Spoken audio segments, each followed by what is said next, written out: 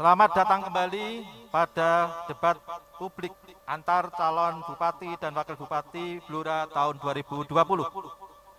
Pemirsa JTV, kita lanjutkan debat publik segmen ketiga ini dengan masih fokus pada pendalaman materi terhadap visi dan misi para paslon. Modelnya sama dengan segmen 2, hanya yang berbicara adalah para calon wakil bupati. Moderator akan memberikan pertanyaan yang telah disusun bersama oleh panelis terhadap salah satu calon wakil bupati, kemudian ditanggapi oleh kedua calon wakil bupati lainnya, dan putaran selanjutnya berurut sedemikian. Waktu untuk masing-masing calon wakil bupati untuk menjawab pertanyaan adalah 1,5 menit, dan tanggapan sanggahan dari masing-masing calon wakil bupati lainnya adalah 1 menit. Sekali lagi, jawaban dan tanggapan atau sanggahan tentunya harus sesuai dengan tema pertanyaan. Baik, kita mulai pertanyaan untuk calon wakil bupati paslon nomor 2. Ikhwal Gender.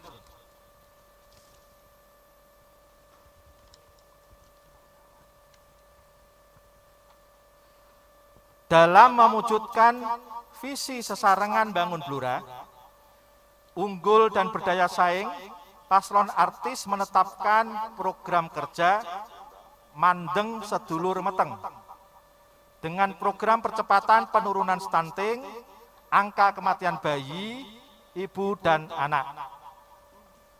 Dalam berbagai kasus di Kabupaten Blora, angka kematian ibu ada di peringkat 17 dari 35 kabupaten di Jawa Tengah.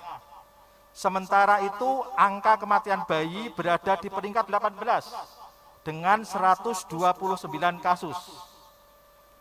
Dengan kondisi demikian, apa program nyata saudari untuk menurunkan angka kematian ibu dan bayi di Kabupaten Blora? Jawaban dalam waktu 1,5 menit dimulai saat Anda bicara. Silakan. Terima kasih. Kami dari pasangan artis terkait dengan apa yang disampaikan oleh pertanyaan moderator, Mandeng Sedulur Meteng, maksud kami adalah mempercepat penurunan stunting, angka kematian bayi, ibu dan anak. Kami akan memperhatikan bagaimana program yang akan kami lakukan.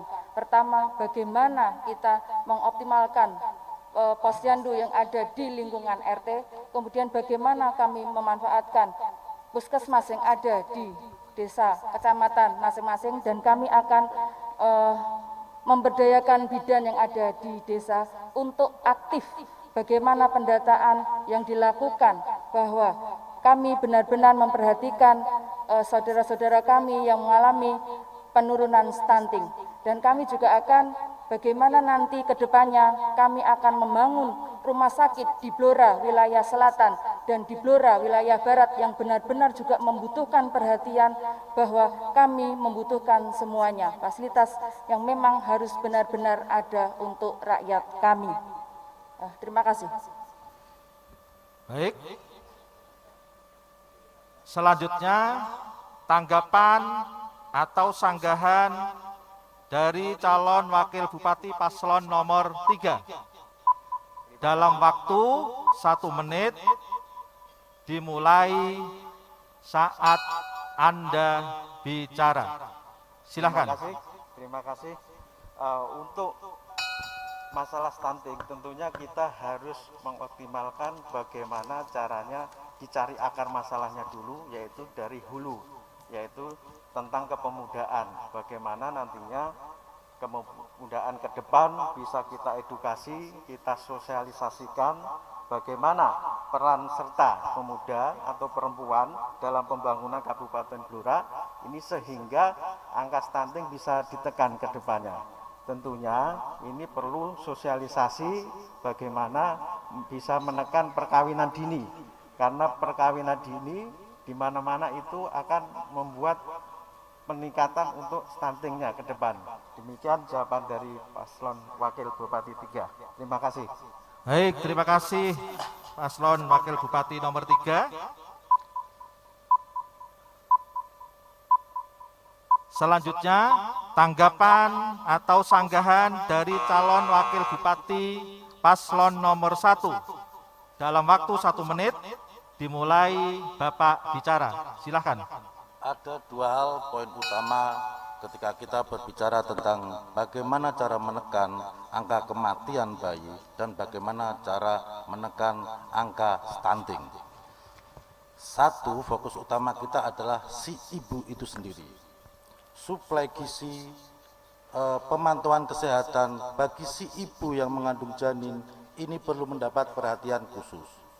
Angka stunting bisa ditekan ketika kita memperhatikan kesehatan calon janin sejak di dalam kandungan. Pengawalan proses ini dilakukan dari awal sampai pada saat dia dilahirkan, dan pastikan bagaimana supaya saat dilahirkan dia juga mendapatkan gizi yang cukup, baik itu dari asupan ASI oleh ibunya maupun tambahan gizi dari luar ASI. Terima kasih. Baik, terima kasih kepada Bapak calon wakil bupati nomor 1. Putaran pertama sudah cukup. Selanjutnya kita masuk kepada putaran kedua. Pertanyaan untuk calon wakil bupati paslon nomor 3. Ikhwal ekonomi pertanian. Dalam mewujudkan visi menjadikan masyarakat Kabupaten Blora yang mandiri, maju, sejahtera, dan bermartabat, umat menetapkan misi nomor 3, yaitu memulihkan dampak COVID-19 dan meningkatkan daya saing dan pemerataan ekonomi daerah yang didukung pembangunan infrastruktur yang mantap, dengan salah satu program kerjanya adalah mengupayakan ketersediaan pupuk secara kontinu untuk masyarakat. Pertanyaannya, bagaimana strategi dan langkah-langkah konkret saudara dalam penyediaan pupuk yang sesuai dengan kebutuhan petani di seluruh lahan pertanian di Kabupaten Blora dengan harga yang terjangkau dan tidak memberatkan petani?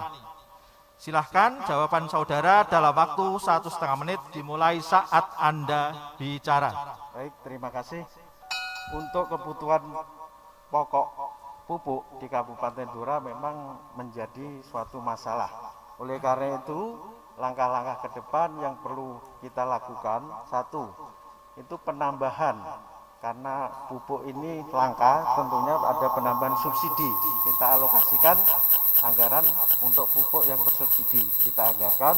Yang kedua, dengan cara pendataan yang benar, ya tentunya akan mencakup kebutuhan petani yang dimana saat ini biasanya teralokasi 75% dari pendataan itu, sehingga kita tingkatkan betul-betul mendata dengan baik. Yang berikutnya, pupuk kedepannya itu sangat langka. Tentunya kita harus punya terobosan. Terobosan apa yang harus dilakukan? Karena Blora ini adalah cukup baik peternakan di bidang sapi, tentunya kita edukasi, sosialisasikan ke masyarakat bahwa ada salah satu alternatif pupuk, yaitu pupuk organik, yang dimana itu bisa menambah kebutuhan petani yang di masyarakat Kabupaten Blora agar tercukupi, yaitu dengan pupuk organik tersebut. Baik, terima kasih. Baik, terima kasih paslon wakil bupati Umat. Selanjutnya, tanggapan dari calon bupati paslon nomor 1 dalam waktu 1 menit dimulai saat Anda bicara. Silakan. Jadi problem kelangkaan pupuk ini terjadi bertahun-tahun, Mas. Jadi tidak sekali dua kali. Jadi kalau kita hanya berbicara tentang pendataan, saya pikir pendataan yang hari ini dilakukan juga sudah dilakukan. Tapi ternyata pupuk juga masih langka di pasaran. Kalau menurut saya, problem utama dari kelangkaan pupuk ini adalah proses distribusinya. Bagaimana pengawasan ketat terhadap distribusi pupuk ini supaya pupuk bersubsidi ini bisa jatuh ke tangan yang berhak. Karena Pemda tidak bisa menganggarkan subsidi pupuk. Subsidi pupuk itu adalah milik pemerintah pusat, bukan Pemda. Jadi fungsi Pemda itu adalah fungsi bagaimana, satu, memastikan setiap petani, baik itu petani di sawahnya sendiri maupun pesangga petani di hutan itu mendapatkan jatah pupuk. Yang kedua adalah Pemda harus bisa mengawal distribusi pupuk itu supaya tepat sasaran kepada petani yang memang mempunyai hak untuk disubsidi pupuknya. Baik, terima kasih. Selanjutnya tanggapan dari calon Wakil Bupati Paslon nomor 2 dalam waktu 1 menit dimulai saat Anda bicara. Terima kasih. Untuk kesediaan pupuk yang ada di Kabupaten Blora, kuncinya hanya satu. Bagaimana kita berkoordinasi dengan kementerian dan dinas provinsi dan PT Petrokimia.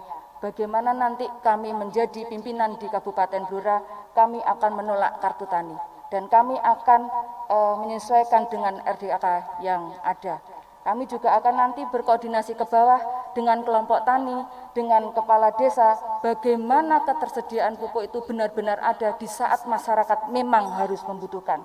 Dan terkait dengan pertanian, kami juga akan mengupayakan adanya infrastruktur pendukung pertanian yang ada di Kabupaten Blora. Bagaimana irigasi ini juga akan terpenuhi, bagaimana masyarakat menginginkan adanya penambahan upaya irigasi yang ada di Kabupaten Blora. Jalan usaha tani juga sangat dibutuhkan untuk mendukung adanya pertanian. Terima kasih. Baik, selanjutnya untuk putaran ketiga, pertanyaan untuk calon Wakil Bupati Paslon nomor 1, Ikhwal Wisata.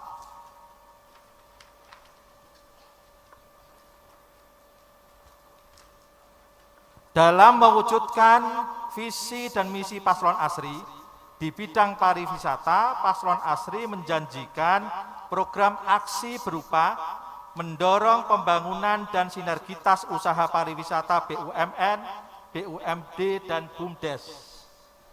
Untuk pengembangan destinasi wisata diperlukan pemenuhan prasyarat pokok, yaitu accessibility, kemudian menjangkau lokasi wisata, atraktivitas, daya tarik objek wisata, dan amenities, fasilitas penunjang di lokasi wisata.